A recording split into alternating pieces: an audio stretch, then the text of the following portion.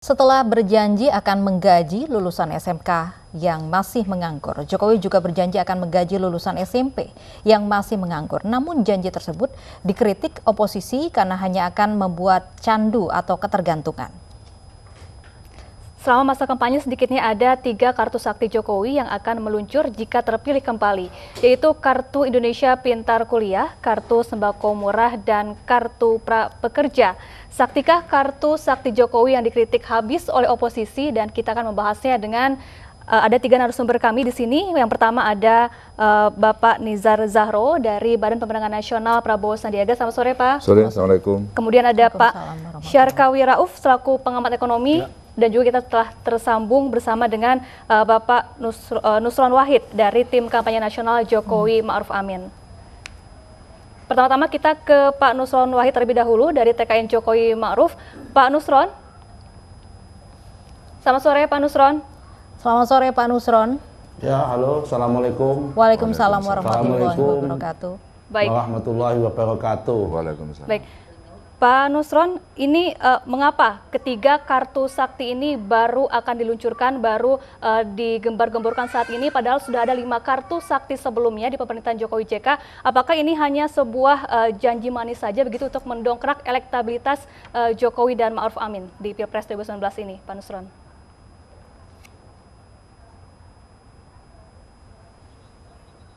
Pertama, semua program pemerintah itu pasti mengalami pengembangan sesuai dengan tingkat kebutuhan dan data yang didapatkan oleh pemerintah.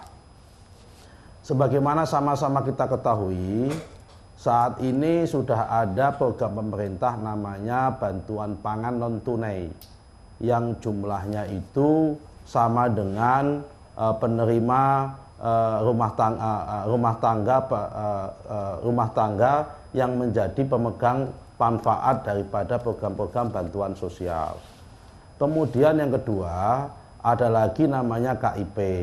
KIP selama ini dinikmati oleh para pelajar dan santri kita dari tingkat SD, dari tingkat SMP, dari tingkat SMA dan SMK, dari tingkat MI, dari tingkat MTS, dan juga dari tingkat madrasah aliyah.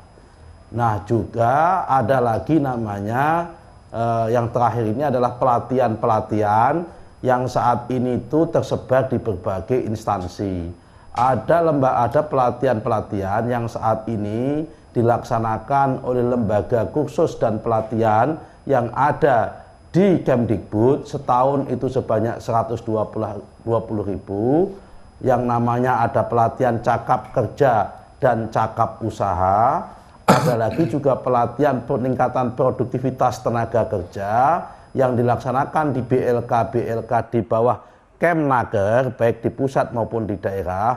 Itu jumlahnya meliputi hampir sekitar 300.000. Maka pada kesempatan kali ini sesuai dengan data lapangan, dikodifikasi dan dimodifikasi menjadi kartu yang lebih praktis dan jumlahnya lebih masif. Contoh adalah kartu prapekerja. Kartu prapekerja ini adalah sebagaimana kita ketahui, angka usia produktif tiap tahun itu tumbuh 2,8 juta. Sementara pada level yang lain berarti kita membutuhkan angka produktif itu membutuhkan pelatihan, dan pelatihan training vokasi itu sebanyak 2,8 juta. Katakanlah dari 2,8 juta itu yang tertampung dalam dunia usaha secara otomatis tanpa ada job matching, tanpa ada upgrade skill, katakanlah 1 juta. Maka masih membutuhkan 1,8 juta lagi usia produktif Indonesia, lulusan SMA, SMK, dan madrasah aliyah, termasuk juga lulusan SMP yang sudah memasuki usia produktif, yang belum tertampung di dalam dunia bekerja secara otomatis. Perlu dilakukan job matching, harmonisasi tentang keahlian yang itu bisa dilakukan baik oleh BLK, baik oleh LPK, baik oleh LKP, baik juga oleh training center yang dipunyai oleh perusahaan swasta, training center yang dimiliki oleh BUMN dan sebagainya. Ini adalah sesuatu yang menarik. Kenapa? Karena kita ingin usia produktif itu menjadi kompatibel dalam rangka untuk menjawab tantangan zaman, dalam rangka untuk menjawab tantangan produktivitas tenaga kerja atau dunia usaha kita. Sebagaimana kita ketahui bahwa problem dunia kerja kita adalah masalah kompatibilitas antara tenaga kerja dengan tuntutan produktivitas. Dengan adanya kartu prapekerja ini, maka kita harapkan angkatan kerja kita, sumber daya tenaga kerja kita itu menjadi lebih produktif. Ini adalah bagian dari komitmen daripada visi Pak Jokowi, di mana pada periode kedua ini adalah komitmen dalam rangka pembangunan sumber daya manusia. Baik, Pak Nusron, tapi kita fokus terhadap kartu prakerja ini yang memang sejauh ini masih menjadi polemik begitu. Nah, nanti mekanismenya seperti apa di lapangan ketika memang ada nanti bantuan secara tunai kepada para lulusan SMK ini? Nanti mekanismenya seperti apa, Pak Nusron?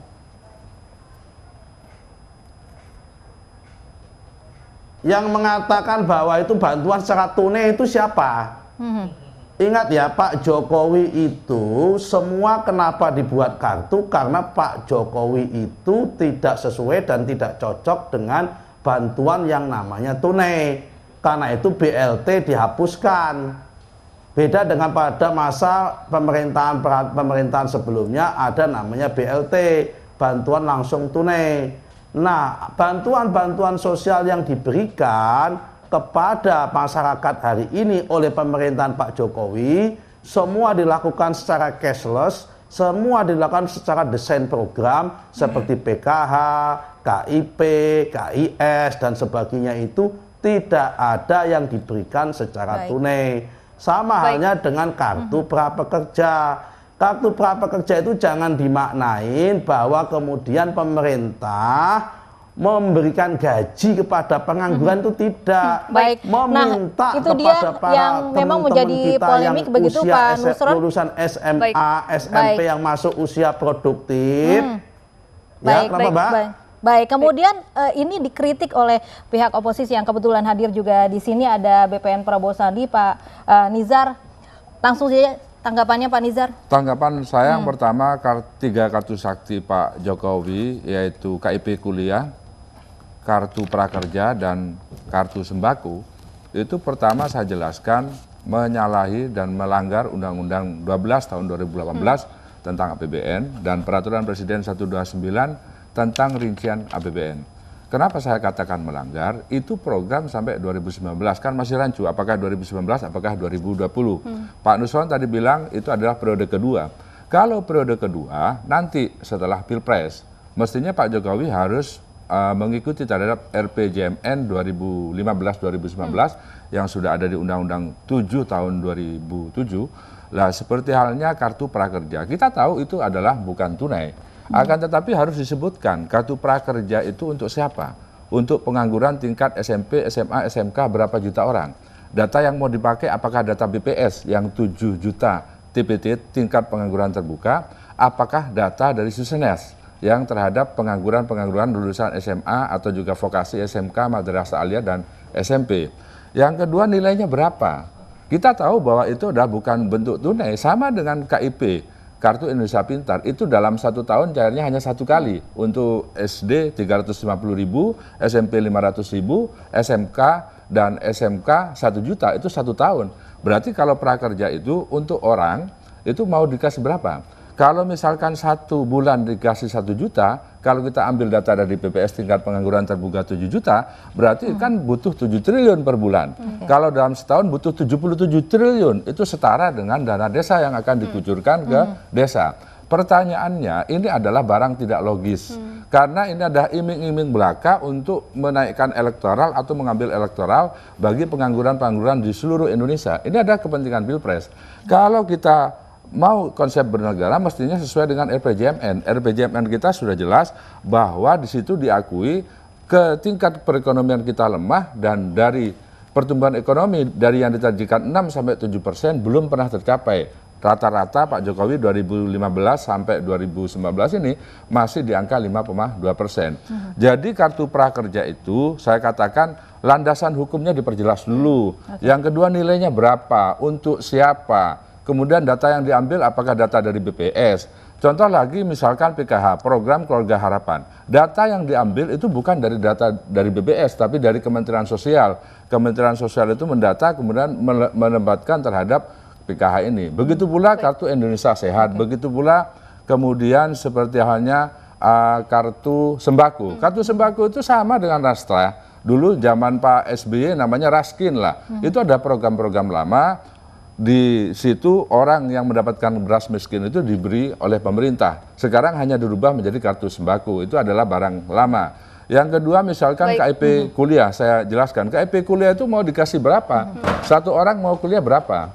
Kayak misalkan KIP itu adalah 6,6 sampai 7 triliun ada di dua kementerian, Kementerian Pendidikan dan Kementerian Agama. Jadi saya pikir karena ini mengelola negara yang besar, bukan mengelola desa, bukan mengelola tingkat RT, ini harus jelas gitu loh. Kalau Pak Nizar tadi menyatakan bahwa ketiga kartu sakti Jokowi ini dinilai tidak logis, lalu kita tanyakan langsung kepada pengamat ekonomi Bang Syarkawi Rauf. Pak Syarkawi, ini selain mengenai ketiga kartu Jokowi ini, apakah cukup mudah untuk direalisasikan atau justru membebani anggaran begitu? Ya, yang pertama saya kira tadi Pak Nusron, Pak Nizar sudah menjelaskan ya, bahwa isu kita selama ini terkait dengan pendidikan dan lapangan pekerjaan itu adalah bagaimana membangun linkage antara pendidikan, sektor pendidikan kita baik SMU yang umum maupun SMU kejuruan, lulusan akademi maupun lulusan universitas bisa langsung terserap ke sektor lapangan pekerjaan. Tapi persoalannya adalah selalu ada miss antara supply tenaga kerjanya dengan kebutuhan tenaga kerjanya. Nah, ini memang dari, saya kira bukan hanya sekarang ya, sejak dulu ada upaya pemerintah untuk apa? Bagaimana caranya bridging antara dunia pendidikan dengan pekerjaan. Nah, salah satu yang menarik, dulu kan sudah ada namanya Balai Latihan Kerja. Nah, oleh mungkin ya tadi Pak Nusron menjelaskan dengan adanya kartu prakerja ini mencoba untuk membangun linkage dengan jumlah yang lebih masif dibandingkan dengan BLK yang zaman dulu ada, sehingga pekerja kita itu bisa terserap masuk ke dalam lapangan pekerjaan.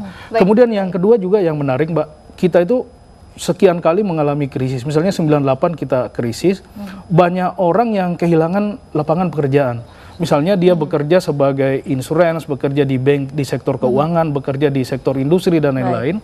Terus karena industrinya tumbuhnya lambat, otomatis PHK. Nah sekarang di masa dia mencari pekerjaan baru, ini kan butuh bridging juga. Misalnya dia nggak mungkin lagi bekerja di sektor banking, berarti harus di sektor yang lain. Baik, kita akan lanjutkan. Pemirsa jangan kemana-mana, usai jeda kami akan kembali, tetaplah di iNews Sore.